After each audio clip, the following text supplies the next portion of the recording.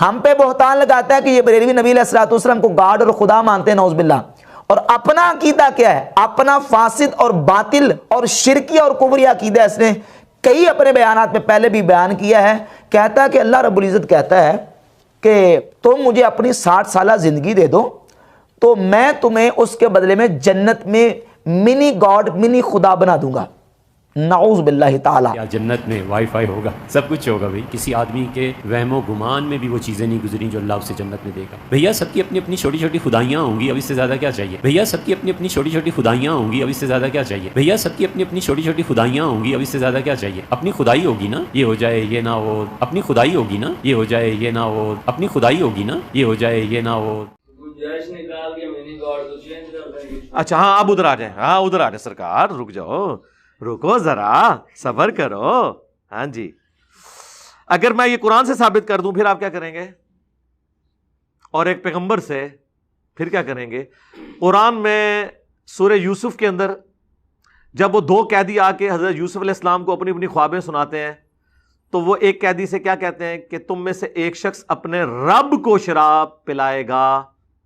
ہاں جی، تو یہ لفظ چینج کر دیتے تو بہتر نہیں تھا؟ نہیں، وہ قرآن کے اندر ڈیفرنٹ ہوتا نا، نہ ڈیفرنٹ نہیں نہ ہوتا۔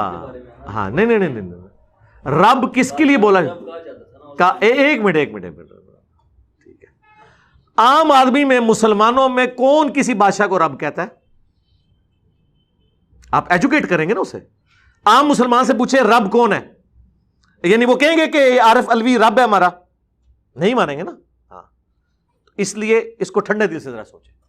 اس میں آیا کہ ایک اپنے رب کو شراب پلائے گا، رب پالنے والا، آقا، یہ کامن ورڈ ہے اللہ اور مخلوق کے درمیان۔ اس طرح کئی الفاظ ہیں، رؤوف، رحیم۔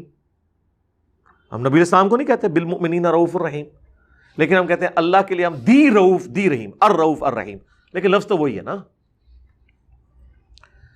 منی گاڈ کے اوپر بھی آپ فتویٰ لگائیں، لیکن وہ پوری بات کے بعد میں نے کیا بات کی تھی؟ ہاں، میں نے یہ کہا تھا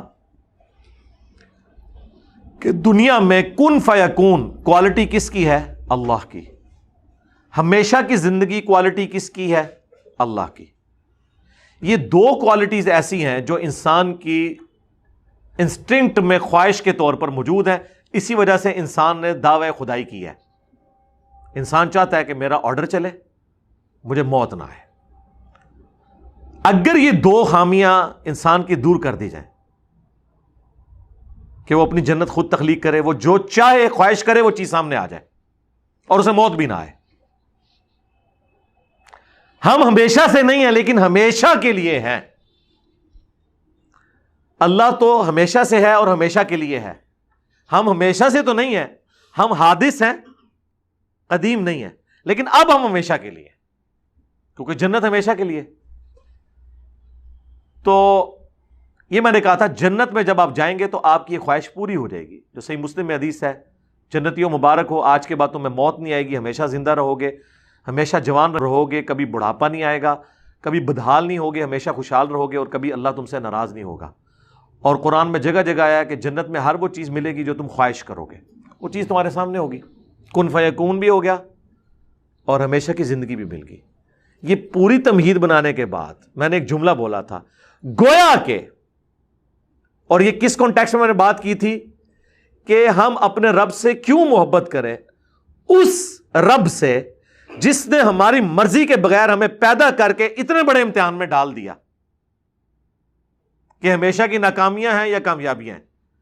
میں اس سے ڈر کے زندگی تو گزار سکتا ہوں کہ مارا گیا، عشق نہیں کر سکتا۔ کس طرح عشق کروں؟ مارا گیا۔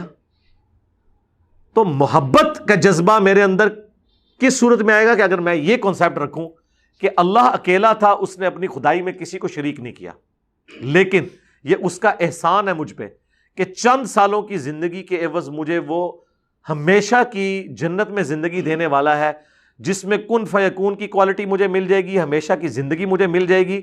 گویا کہ میری ایک جو خواہش تھی، اس اللہ سے میں کیوں نہ محبت کروں کہ جس نے اپنی خدائی میں مجھے اس اعتبار سے شامل کیا، اور اس میں نے جملہ بولا کہ خالق اور مخلوق کا فرق ہے اس اعتبار سے یا جنت میں وائی فائی ہوگا، سب کچھ ہوگا بھائی، کسی آدمی کے وہم و گمان میں بھی وہ چیزیں نہیں گزری جو اللہ اسے جنت میں دے گا۔ بھیا سب کی اپنی اپنی چھوٹی چھوٹی خدائیاں ہوں گی، اب اس سے زیادہ کیا چاہیے؟ بھیا سب کی اپنی اپنی چھوٹی چھوٹی خدائیاں ہوں گی، اب اس سے زیادہ کیا چاہیے؟ بھیا سب کی اپنی اپنی چھوٹی چھوٹی خدائیاں ہوں گی، اب اس سے زیادہ کیا چاہیے؟ اپنی خدائی ہوگی نا یہ ہو جائے یہ نہ ہو، اپنی خدائی ہوگی نا یہ ہو جائے یہ نہ ہو، اپنی خدائی ہوگی نا یہ ہو جائے یہ نہ ہو۔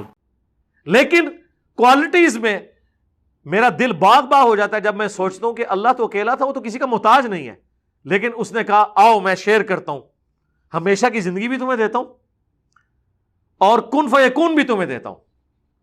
اب میرے دل میں اس کے لیے جذبہ پیدا ہوتا ہے، واہ میں تو کچھ بھی نہیں تھا، پیدا کیا اور مجھے ساتھ شامل کر لیا، تو بھی ہمیشہ رہے گا، تیرا بھی آرڈر چلے گا، تو ایسے رب سے میں پیار کیوں نہ کروں؟ تو اس پہ میں نے جملہ بولا تھا، گویا کہ منی گاڈ انسان بن گیا، اور میں نے ساتھ جملہ بولا تھا خالق اور مخلوق کا فرق رہے گا۔ جب میں یہ جملہ بولتا ہوں تو یہ فقہ حنفی کا بھی رول ہے کہ اگر کوئی شخص ایسا جملہ بولے جس میں 99 مطلب کفر کے نکلے اور ایک اسلام کا، تو مفتی پر واجب ہے کہ اسلام والا فتویٰ لگائے۔ 100 وجوہات کفر ہو کسی بندے کی، تعویل میں ایک وجہ اس کی ایمان والی آ جائے، اسے مومن کنسیڈر کیا جاتا ہے۔ یہ آپ کہاں ہیں؟ آپ کو کیا پتا عام عوام کو کہ کیا چیز توحید پر منطبق ہوتی ہے اور کیا چیز جو ہے نا نہیں ہوتی۔ اور میرے اس میں 99 نہیں 100 مطلب ہی ایمان کے نکلتے ہیں، کفر کا کوئی نکلتا نہیں ہے۔ اور سورہ الزمر میں بھی آیا کہ اگر اللہ تعالیٰ اپنا بیٹا کسی کو بنانا چاہتا تو اپنی مخلوق میں سے کسی کو چوز کر لیتا۔ لو جی، یہ آیت کتنی یونیک ہے، یہ قرآن میں ایک ہی جگہ آئی ہے۔ ظاہر وہ اتنی بار وہ رگڑا لاندے سن صحابہ کرام نو، بیٹا بیٹا بیٹا، اللہ نے اتنے بار ڈینائل کیتا بھئی بیٹا کوئی نہیں اللہ دا، لم یلد ولم یولد۔ یہ بھی کہہ دیا قل ان کان للرحمن ولد فانا ولو العابدین، اگر کوئی اللہ کا بیٹا ہوتا تو نبی تم کہو کہ میں پوچھ رہا ہوتا، پھر بھی نہیں مننے۔ پھر اللہ نے کیا، چلو جی اگر اللہ نے اپنا بیٹا کسی کو بنانا ہوتا تو مخلوق میں سے جسے چاہتا وہ چن لیتا، رہتا مخلوق ہی، اللہ کا بیٹا بھی ہوتا اور مخلوق بھی ہوتا۔ تو سرکار اگر اللہ کا بیٹا مخلوق ہو سکتا ہے کہ وہ گاڈ میں ساتھ اس طریقے سے شریک نہیں ہوگا لیکن بیٹا ہوگا، تو منی گاڈ کا لفظ اگر مخلوق کے ساتھ کسی نے یوز کر لیا اور پوری اس ایکسپلینیشن کے ساتھ، اس میں شرک کہاں سے آ گیا؟ شرک تو تب ہے، شرک کی بنیادی ڈیفینیشن ہے کہ آپ نے مخلوق اور خالق کو ایک کر دیا۔ تو سرکار یہ تو نہیں ہے، قدیم کو حادث سے الگ کر دیا، توحید ہے۔ ہم نے جب کہہ دیا ہم حادث ہیں، مخلوق ہیں، اب جتنی باتیں آپ مرضی کریں شرک نہیں ہوگا۔ اچھا اگر شرک ہوتا ہے ٹھیک ہے، ہمیشہ کی زندگی کس کی ہے؟ اللہ کی، تو اب تو ہماری بھی ہمیشہ کی ہے انشاءاللہ جنت میں، ٹھیک ہے جی۔ ہم تو جہنم کا ذکر بھی نہیں یہاں کرنا چاہتے، اللہم اجرنا من النار، کیونکہ بخاری مسلم کی حدیث ہے میں اپنے بندے کے گمان کے قریب ہوں، جیسا میرے بارے میں گمان کرے۔ ہم تو گمان کرتے ہیں بغیر حساب و کتاب کے انشاءاللہ جنت میں، تو ہمیشہ کی زندگی ہے نا۔ یہ کوالٹی کس کی ہے اس کائنات میں؟ اللہ کی۔ کن فیکون، خواہش کرو اور وہ چیز سامنے ہو جائے، یہ کوالٹی کس کی ہے؟ اللہ کی۔ ان ساری چیزوں کے ساتھ میں نے یہ بات کی تھی، میں نے یہ تو کہا ہی نہیں تھا کہ کوئی چھوٹا خدا بھی ہوتا ہے تو بڑا خدا بھی ہوتا ہے۔